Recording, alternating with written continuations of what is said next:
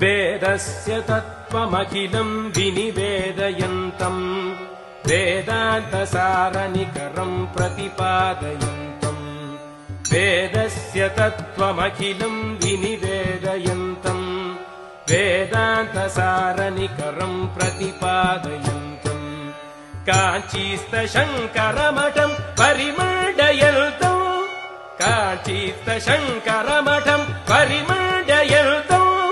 श्रीचन्द्रशेखर गुरुम् प्रणमामि सन्तम् श्रीचन्द्रशेखरमहम् प्रणमामि सन्तम्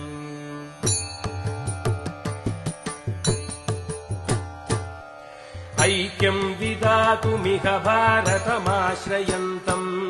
मैत्री प्रचारमनसा परिकल्पयन्तम् ऐक्यम् विधातुमिह भारतमाश्रयन्तम्